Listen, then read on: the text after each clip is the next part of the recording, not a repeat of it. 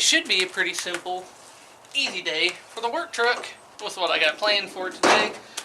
But from past experience, let's be honest, we know what tends to happen in those scenarios. So,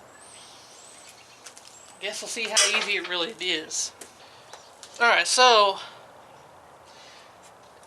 I say pretty easy because, well, it's time to get rid of these valve covers. As much as it pains me to do so, because I really like these valve covers, but the other side is still leaking. And I know what you're probably thinking. Well, Terry, why don't you just find one valve cover to replace that one? Sounds simple enough. As we know, these are no longer in production. There we go. So it's not like I could just order another one. Haven't found any local. And every one on eBay is always in a pair. I have not found a single one yet. The biggest issue there is for a set of used valve covers. I've seen them for $75 and up on eBay. And shipping, well, add shipping and tax, it's over $100 for a set of used valve covers. Of course, here it is. As I said, this probably should be easy, but it's turning out not to be so easy.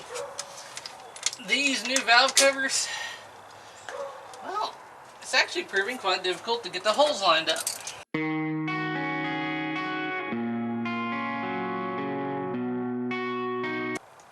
And I'm just going to say I'm not a fan of the new Speedmasters. For the price I paid, I'm not really happy with the quality.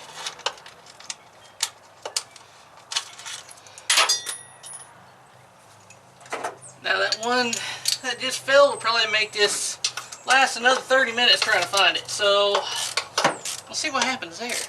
Now, I will warn you in advance that this doesn't look pretty. You can see all the silicone on there. See it's cracked here.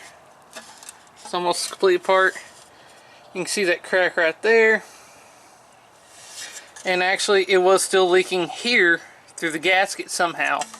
So it was not sealing well. And actually at one time it looks like someone has maybe cut some of the lip off that was supposed to be here to hold the gasket just right. To the easy part. Well, hopefully, again. Now, we've already scaled this truck. Know the weight of it. Know the proportion where everything's at. And I did say that there's really nothing more I can do to this engine, probably, to make more power. That's why I'm going for weight transfer, all that good stuff. One thing I did forget was getting rid of this for this. So, it's got a regular, slightly raised base. See a little hump to the spun aluminum velocity stack base. Technically, should give us some more airflow, better airflow to the carburetor. They claim up to 10 or 15 horsepower. I'm expecting 2 to 5, which is fine. I can handle that. From an air cleaner, 2 horsepower, hey, that's good. So, obviously, this will be taller. Will the hood even shut?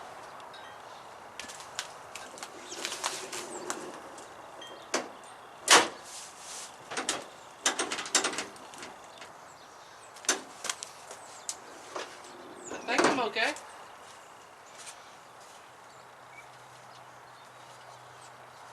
But I'll definitely need a different stud, but the stud may actually hit.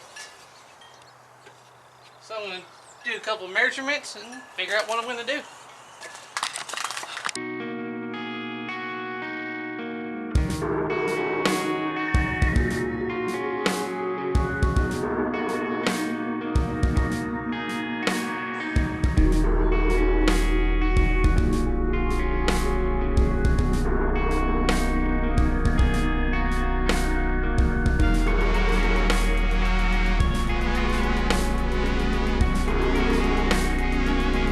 think we're good. It's a little bit shorter. Well, the little air cleaner spacer is anyway. Still got a velocity stack kind of going on there. Whether this helps or not, I'm not 100% sure. I feel like it would. And I prefer running these air cleaner bases anyway, so. Alright, now I'm going to leave it running, check for leaks. I'm going to tighten down, make sure all the headers are still snug and tied down. The collectors down there are tight and everything. Then I'm going to go ahead and change oil. This should all be pretty easy.